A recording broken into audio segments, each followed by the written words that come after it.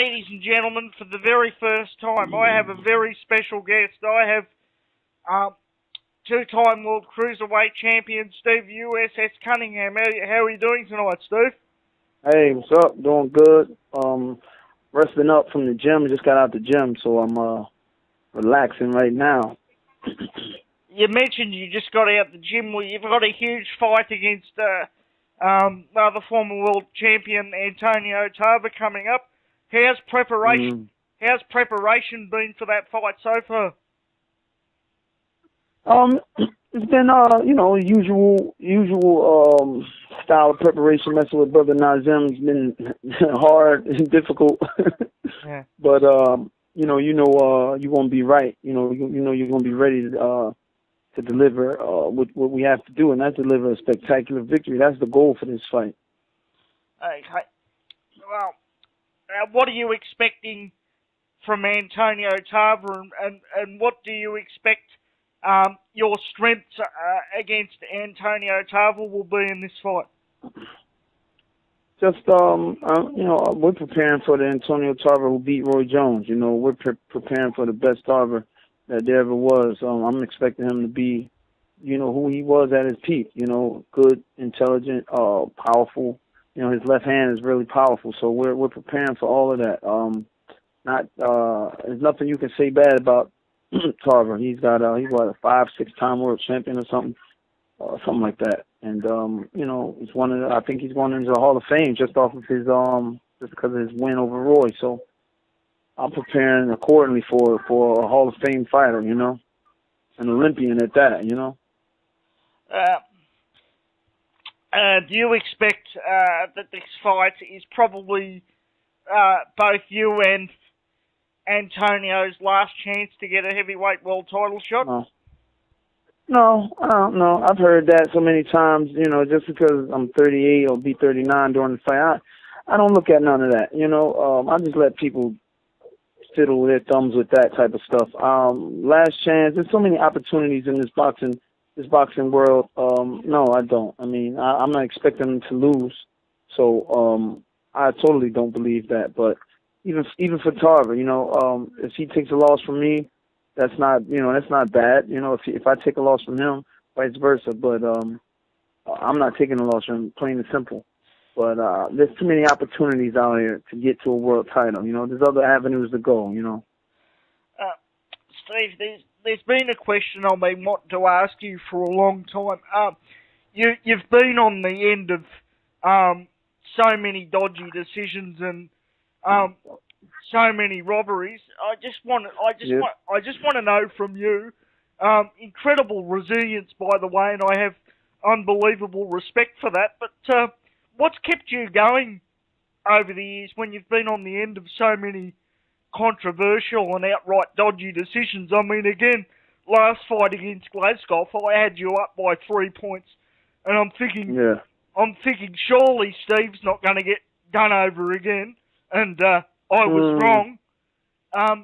Just explain to me what's been the strength, what's been the resilience that's kept you going over the years, despite being on the end of so many controversial decisions. First, there's three major things. One is my faith, my faith in Christ, my faith in God and what his word says. It says I can do all things through Christ who strengthens me. So I take that to the heart, It says, faith without works is dead. I got faith, I got works. Stuff's gonna happen, These people can cheat me, they can do all they want. Still not gonna stop what God said about me, and I take that to heart. Two is the determination. Every time I've been cheated, it's been like extra fuel, extra motivation, just to go harder and to show, what, you guys should have just given me what I worked hard for in those fights that I won. I'd have been retired boxing. Yeah. The more there's stuff I feel I haven't done yet in this sport, and stuff I want to do. So, they keep robbing me and cheating me, and got me to this point now. So, My drive is through the roof, right? And I'm just more motivated, you know. And last but not least is it's just I love what I do, you know. I love the box. I really enjoy what I do, and even throughout all of those robberies and whatever, all those conspiratorial victories for other guys that I should have won, it still haven't taken the love of the sport out of me. You know, it still hasn't drained me of the love of boxing and being in shape and defeating a guy, you know, and just working out. Period. Well, I just want to let you know from my end that it frustrates journalists as well, Steve, because our job is to try and attract people to the sport of boxing, and when we get decisions like that, it doesn't help us either. No, it doesn't help us. No, it doesn't. It's really like they're robbing the fans, and they rob the fighter, and they also rob the fans. But that's the business side of boxing. The business side of boxing is selfish, you know. So it doesn't give a damn about you fans, just as long as you're paying for tickets and you're paying for pay-per-views. That's the only time it gives a damn about the fans of boxing. But outside of that, you know, boxing fans can kiss the business's ass, you know. And we know people in the business, they're just in it to make money. I guess that's why you got a lot of guys mad at Al Heyman, you know, because Al Heyman the fighters are getting paid with him, and they want to get rid of Al, but he's doing what all of these other promoters in boxing should have been doing. You know, making sure the fighter's taken care of versus taking care of yourself first when they're taking no damage, that they're, you know, nothing, their life isn't on the line. You know, they're not spending time away from their families for months on time to you know, everybody gets paid because the fighter is fighting. If the fighter doesn't fight, there is no need for a boxing promoter, boxing manager, you know, no referees. So they need to respect the fighter, period. All right. Yeah, well, you partly answered my next question. You made a big move to Al after being with main events for a long time. What I want to ask is, was there issues with main events, or was this just the best move for your career at the time?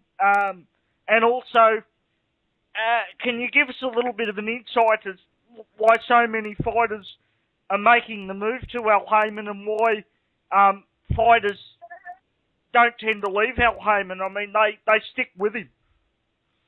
Well, because the first part with main events, I mean, we left main events basically because we felt that we couldn't go. We wanted to go a little further than what main events could do for us, you know, and we didn't think, especially after that, you know, what happened with Glasgow, and we just didn't feel that, you know, we were in each other's corner. You know, they were in our corner too much, you know, with trying to fight that, you know, that decision. So we didn't even fight that, you know, because it's just like, whatever, you know. So it was an amicable split, you know. Hey, we want to leave. We don't think we can get to destination X with you, you know. So, you know, it was no problem, you know. Everything was good. You know, main events is in the business with the European fighters. You know, they're not really into American fighters, as you see. So, it's cool. You know, I enjoyed my stay with them. You know, I got a lot of exposure. I got a lot of exposure with them. And that when they had the NBC deal also. So, you know, it served served a good purpose for both of us. You know, I hope they continue to, you know, do business in a good way. Now, secondly, fighters with Al Heyman. Heyman is doing, like I said before, Heyman is doing what the boxing world, what the boxing business should have been doing for the fighter. You know, taking care of the fighter versus draining the fighter, using the fighter. You know, the fighter, how do you use the boss? In actuality, the fighter is the boss. Yeah. There is no business without the boxer. You know, plain and simple. You know, it's just like there's no music without the musician. So why do you treat the musician or the boxer? Why do you treat them like crap? You know, you have fighters fighting for peanuts. You know, fighting massive, mega good fights for literal peanuts, putting themselves on the line, and then after they pay their team and training camp expenses, there's minimal amount of money left, you know, for the fighter, you know, to take care of his family. You know, I mean, literally, fighters literally put their lives on the line. There's fighters that have died in the ring. You get serious damage in these fights, so they should be compensated. We should be compensated. We should be compensated for packing in venues. We should be compensated for entertaining people. Getting with Al Heyman, with him managing your career, you know that that's going to happen. You know, he looks out for the fighter, like I said, as it should have been before. You know, and a lot of guys don't like it because he is taking money out of their pocket. He is taking a lot away from a lot of people, but you know what? He's giving a lot to the fighter, you know, and I applaud him for that. I find that in boxing, people just complain. I mean, they get the Mayweather Pacquiao fight, then they're not happy with that, then they complain. They say that we need boxing back on free-to-air TV. We get it on free-to-air TV, then they find something else to complain about. I just think, you know, why can't people be happy for a change and be happy that the sport's back on free-to-air and getting exposure? But people just find things to complain about, don't they? I mean, one thing people should notice with social media, you can put up a post on Facebook and say, oh, wow, you know, the sun's looking great today. And if you had 100 comments, there'd probably be 20 comments saying, it's too hot. You know, people are going to complain regardless. You know, you can't make everybody happy.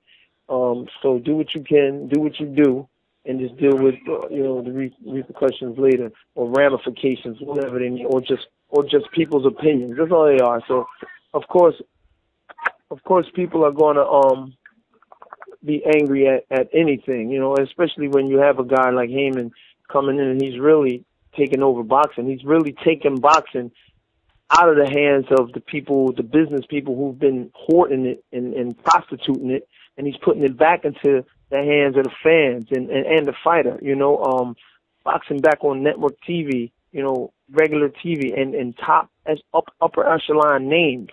That's awesome. You know what I'm saying? That's beautiful. So, like I said, Al Heyman should be applauded. He should be back. He should be, you know, he should have a lot of people behind him, which he does, to help keep him doing what he's doing. All right, Steve. I got to move on. Now, as I said before, you've been on the end of the sharp end of so many wrong decisions. Are you confident? Yeah. Are you confident that the fight against Tarver, if it goes 12 rounds, are you confident in this fight with Al that you'll get the correct decision no matter what it is? I mean, you're never confident about that. I mean, really, especially in this situation too, it could turn out, you know, go to 12 rounds. It could possibly be a shady situation. I mean, here it is. I'm fighting on Tarver's, you know, the network he commentates on, you know. So I saw when they announced the fight, and it was all Tarver, you know, because he commentates on Spike TV. So it's, hey, oh man, who you fighting next? And you know, they didn't even, you know, it wasn't really too much mention of Steve Cunningham outside of I'm fighting Steve Cunningham. So we take that into consideration and know that he's, you know, Spike TV is going to be possibly for Tarver. But even with that said, I went to the devil's into the hell, into the lion's den, you know, into the devil's pit and fought guys and won, you know, in Poland and Germany. So, you know, we take that into consideration. But at the end of the day, I'm still gonna go get in that ring and fight my butt off and do my best to beat this man and get this victory regardless. I never concern myself with, am I going to get cheated or not? You know, people are going to do what they do after the fact. But my main thing is that the fans see my ability and skill. And, I mean, that's why I'm still here. You know, I've got 7 losses on my record. 4 of those losses shouldn't even be there, you know. Agreed. So, you know, it is what it is, man. I'm going to just fight and do what I got to do, man. They've been trying to get rid of me, and they can't. So it's either y'all work with me or I'm going to keep going until I'm 50 until I get what I want. And I can do that. And I gather that the strength of your family and the battles that they've been through have helped you through these situations as well. Yeah. Yeah. Yeah, no doubt. I mean, just you know, I can still pull energy from my daughter's situation, from you know, all of us, what we went through. I mean, people just found out about my daughter last year, and we've been dealing with that 9 years up to that point, you know, or 8 years up to that point. So since she was born, we've been dealing with that situation, and I've been traveling to Poland, traveling to Germany, South Africa, you know, well, before she was born. But you know, I've been still fighting with that weight on my head, with no one knowing it, and weight on our hearts. But you know, you still do what you have to do. You know, that's the way I take care of her. That's the way I take care of my whole family. So I got to do what I have to do, regardless if the ship's rocking or if it's steady. You know, we still perform the same way. All right, I have two more questions now. Just the general health of the heavyweight division. You're in there. Tarver's in there. Klitschko's still the champion. Has been the champion for a long time. Yeah. Tyson Fury's the #1 challenger. He's probably going to be the next guy that's going to fight Klitschko. You fought him and got knocked out in controversial circumstances, and you were also in training camp with him for the David Haye fights. Didn't happen, I think. Yeah. I just want your opinion. You've fought Tyson and been in training camp with Tyson. Do you give him a chance against Klitschko? Yeah, you know, I give anybody a chance with as much determination and drive and hard work that Fury puts in. You know, I won't call it a fight. You know, because I know I've been to camp with both of them. I fought Fury. So I know that they both work hard. I know they're both determined. Vladimir is a veteran, you know, long-standing champ. Fury is an upcoming, you know, young guy who wants to be champ bad, and he works hard at it. So it's going to be an interesting fight. Vladimir is good at fighting bigger guys, you know. And Fury's good at, you know, dealing with. He can box on the outside and he can rough you up on the inside. So I think it's going to be an interesting fight, you know, period. All right. Now, despite Manny Pacquiao losing the fight against Floyd Mayweather and the discussion and over the shoulder and everything, do you think the talk about the shoulder injury has damaged Manny Pacquiao's legacy, or do you think he'll still be remembered as a great champion? I don't think it's damaged his legacy. I just think it's damaged just the way he looks, you know, from that fight. You know, he's put work in. You know, he's done some awesome things in the sport. You know, he's a Hall of Famer already. Just the, you know, the excuses being made after the fight, I don't think they can hurt what he's done. It just makes him look bad for a second. All he has to do is come back and beat somebody else. But I mean, I know people who know people from his camp, and you know, they said there was a legitimate injury, but I don't think it was as severe as you know they're saying. You know, he was throwing the punch. You know, so he was throwing that arm. But I mean, you know, that's another thing. You know, a guy like Floyd Mayweather makes you, he nullifies your weapons. You know, so you look normal, you look average when you fight a Floyd. Do you think that considering natural weight, Floyd's probably a 140 pound. Do you think it's an unreasonable expectation for people to expect Floyd to go up and fight Golovkin, perhaps at 154? What's your opinion on that fight? Yeah, totally. Floyd would be out of his mind if he moved up to fight Golovkin. I mean, that's ridiculous. I don't think he should. I don't think it'd be smart on his part.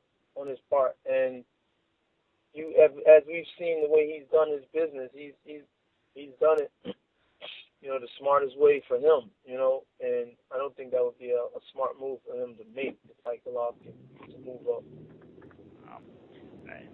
What do you think Manny Pacquiao should do? Would you like to see him come back, or do you think he should retire? I mean, you got a guy with like Manny. You know, I mean, Manny Pacquiao. He's done so much, and he just made so much money. You know, I mean, these guys just made money that boxers don't even dream about. You know, that's not even on the radar, making that type of money for one fight. So, you know, Manny and Floyd could retire off of that fight alone financially, but you may see Manny come back, you know, to get a win and probably a couple more fights and then retire. You know, I would like to see him fight again. He's entertaining. You know, I like to see him fight. I like to watch him fight. So I wouldn't mind seeing him come back and fight. Do you have any interest? Interest in a Manny Floyd rematch, or do you think that was a conclusive result and you have no interest at all? Nah, no interest at all. You know, I mean, I even said when the fight was announced on Facebook, and I got chewed out for it, but that's exactly what happened. You know, I've told people, I said everybody's all excited. You know, they're all excited about this fight when, in actuality, it's going to be just a Floyd Mayweather show. Yeah. You know, I'm like, Floyd Mayweather, he's 30 whatever and 0, 39 and 0, 38 and 0 at the time, and he hasn't changed the way he's fought yet. So what do they expect him to come out and turn into Mike Tyson for this last fight and just toe-to-toe and go blow for blow with Manny Pacquiao? I'm like, no, he's going to fight the way he normally fights, and his style will nullify anything Manny Pacquiao would do, you know, and I got chewed out for that. So, of course, I rubbed it in fight night because everybody was complaining. Wow. You know, so I had fun rubbing that in. Yeah. Well, you said it would be mad for him to go up and fight Golovkin. Who would you like to see Floyd fight in his last fight, or do you think he's earned the right now that he's fought Pacquiao to choose whoever he wants? Yeah, I mean, he's been earned that right to choose whoever he wants. You know, I'm glad the Pacquiao fight did get done, even though it got done years later than the fans wanted it. But, you know, Floyd fought on his terms, so, I mean, that's good on him as a fighter being able to do that. Every fighter wants to be able to fight on their terms. Now, I know people don't agree with, you know, Floyd and the way he's done his business, but that's his business. You know, if you want to see the business done differently, you become a fighter, undefeated fighter, 39, 40 and 0. Yep. And then you do your business like that. But I would like to see him fight Amir Khan. I think that would be a better fight than people give it the credit for. You know, Amir Khan has speed. He runs combinations and he utilizes a very quick jab. I'm not saying he beats Floyd. I'm just saying I think it'll be better than what people say. You know, I'd like to see it. It'll entertain me. And as for Manny, I get the opinion that you think he's had a great career, an 8-time world champion. He's come off the highest earning fight of his career, and he should be happy with that and retire and go into Congress full time. Well, no, I didn't say he should be happy. I mean, and retire. I'm just saying you know, if he chose to retire, you know, nobody can say anything about that. But I know, you know, Manny being a champion and a fighter, he's going to fight. He's going to fight on, no doubt. You know, especially after he heals, he's going to get in there and fight someone, another big fighter, or a few more fights. Like I said, I'm entertained by the guy. I really like the way he fights. I like him as a person. You know, or you know, as far as I've seen, I don't know him personally. So yeah, I don't think he should retire. But I'm saying if he would, I wouldn't be mad. Yeah, well, Steve, I respect your boxing brain and your intelligence, so therefore I want to get your opinion on a fight. If Manny did come back, I would like to see him go down to 140 and fight Terence Crawford. Can I just have your opinion on that fight and whether you'd like to see it?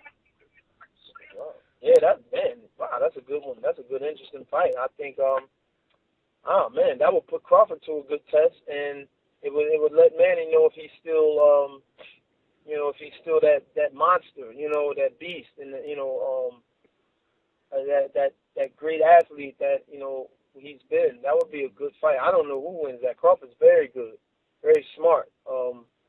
That's a very interesting fight. Yeah, I know. I should be a promoter. I thank you very much for joining me, and could you pass on a hello to me to Brother Nazim, and I'd love to have him on the show at some point. Okay, cool, no problem. Yeah, thanks for having me, man. It's my pleasure.